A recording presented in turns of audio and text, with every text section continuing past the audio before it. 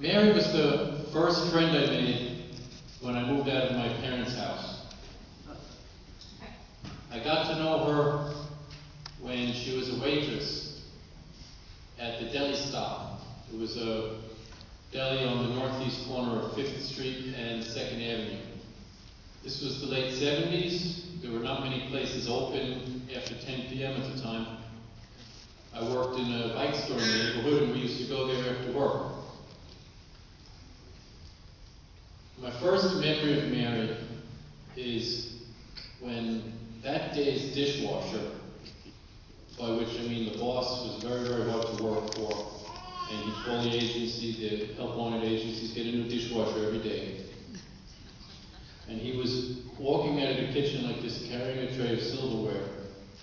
And he must have been on some of the early psychoactive meds at the time. He was drooling onto the silverware. So I subtly pointed this out to Mary, who responded by going over there and gently steering the guy back to the kitchen, explaining this needs to be washed again, and wiping the guy off. I remember how kind she was to this guy. And at the same time, she was extremely tough. The boss there hated her. He resented her. He repeatedly reminded her that she's the only woman who ever worked there who hadn't had sex with him.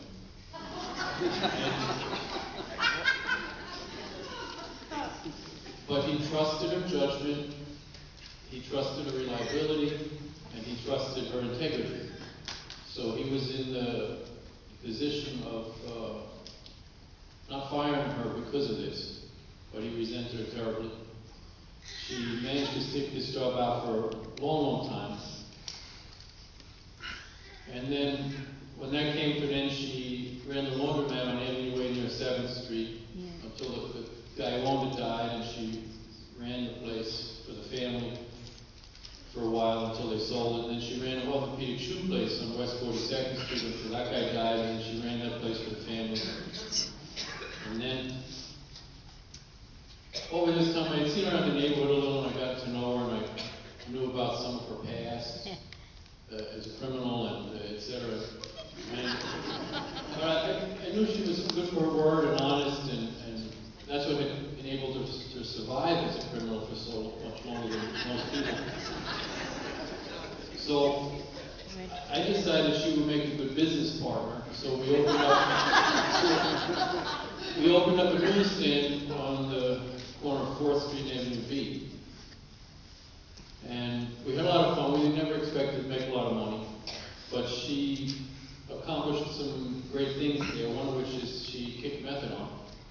She was 17 years between heroin and methadone, and she said that her friend was the head of substance abuse, something or another for New York State, that he knew 2 or 3 people in his life who were successful in what she was successful with that way.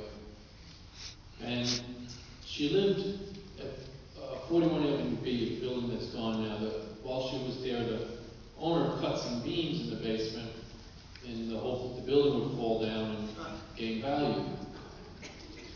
So while the building was in the process of falling down, she moved out, and she helped organize all the tenants when the building was on the way out, and then after it fell down and everybody was forced out, she organized a lawsuit against the landlord, and the landlord had no expectations of this getting anywhere. These people were scattered to the wind, and, well, Mary was at the newsstand every day, and she was very persistent, very organized, and she kept this thing going for years.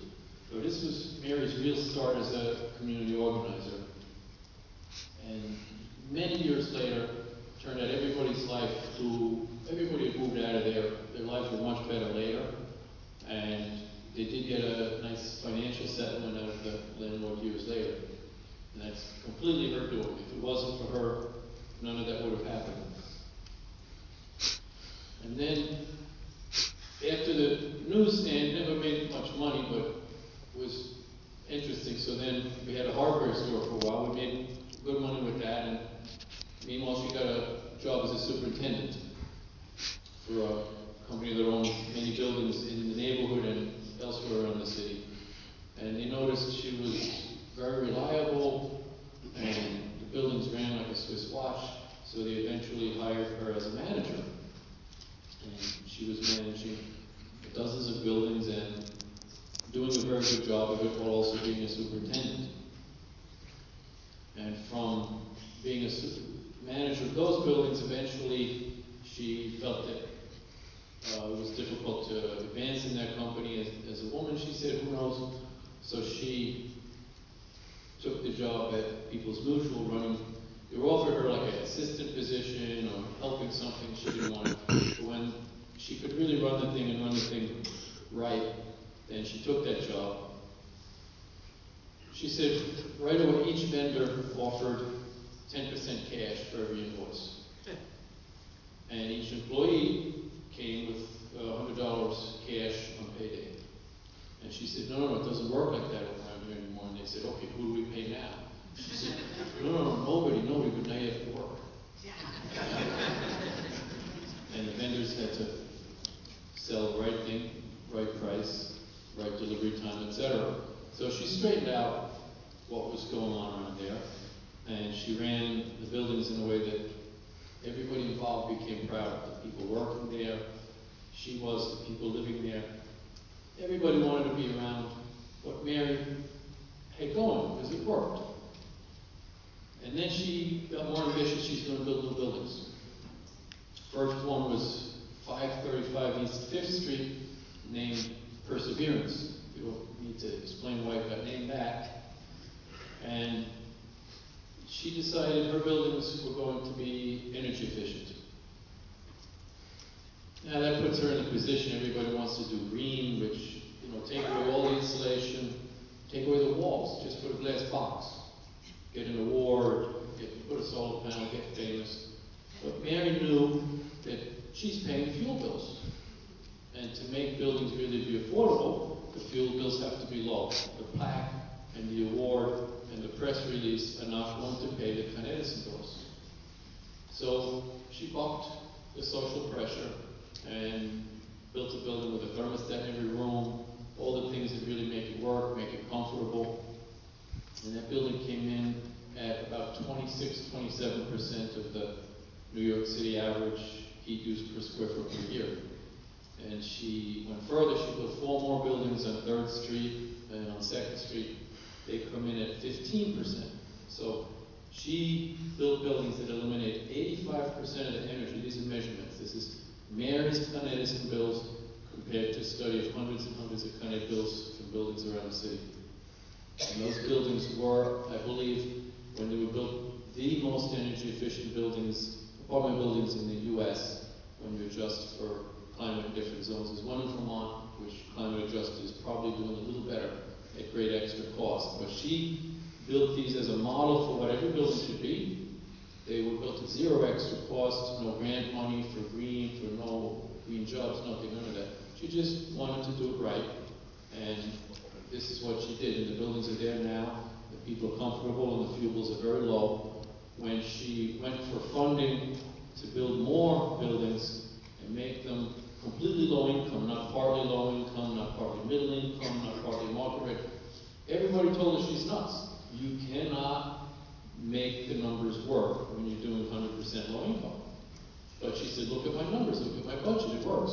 And they look at it, and they say, aha, here's where your mistake is. These utility bills, they're way too low.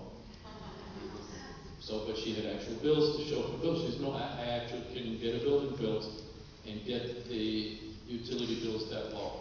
So that's what she did. The buildings are there, and there's many, many dozens of apartments, which forever will be affordable in the sense they're lower cost, not just lower price.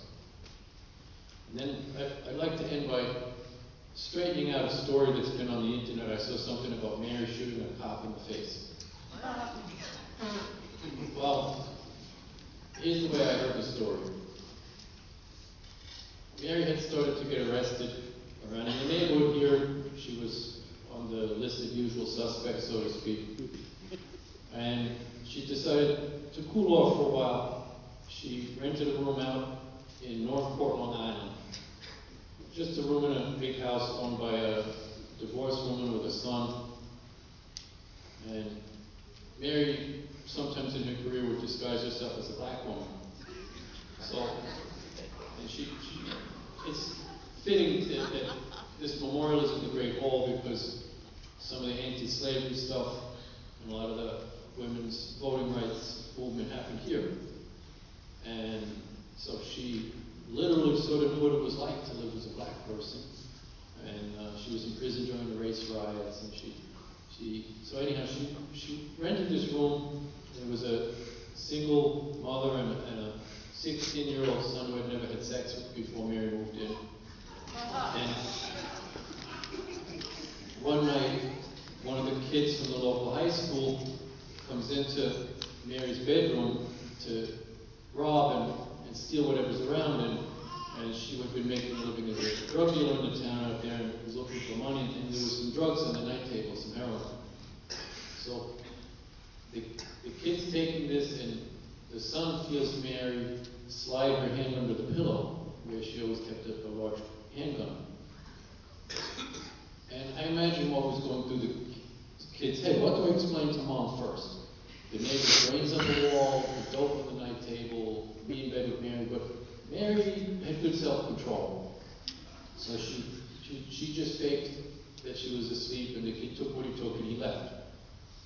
The kid did not have such good self-control. He boasted all around the neighborhood, I robbed Mary, I robbed Mary. You could still hear it in her voice that it bugged her, that he was out and about with this story. So she went all around the neighborhood selling lots and lots of drugs, really, really cheap. Like, he didn't put a dent in me. That afternoon, there's a knock on the door. She comes down, halfway down the stairs, and she looks, and it was one of these suburban houses with the glass panels on either side of the front door. And she looks, and she sees the guy standing there with a gun. She said, I think they're going to rob me for real this time. She gets a shotgun, she shoots the guy through the door, hits him in the nose. As soon as she shoots, she sees a whole bunch of middle-aged white men running away from the house as fast as they could. She said, oh, cops. So she went upstairs, flushed everything. She had dozens of fake IDs. She was a quite accomplished con artist. And so she went to prison, and she didn't have much on her. And she was 3 to 5 years, at which point she was like, yes, great. And they put her in a straitjacket, padded room, and they got the guy to ask her, well, are you aware of your surroundings? Yes. Who's the president? What's your name? Are you aware you can't leave? You just been sentenced to 3 to 5 years? Yes. So the report here says you expressed happiness. She says, you stupid. If you shot a cop about 3 to 5, how would you feel? So her third day in Gifford Hills prison, she was a kind of gardener in the warden's house.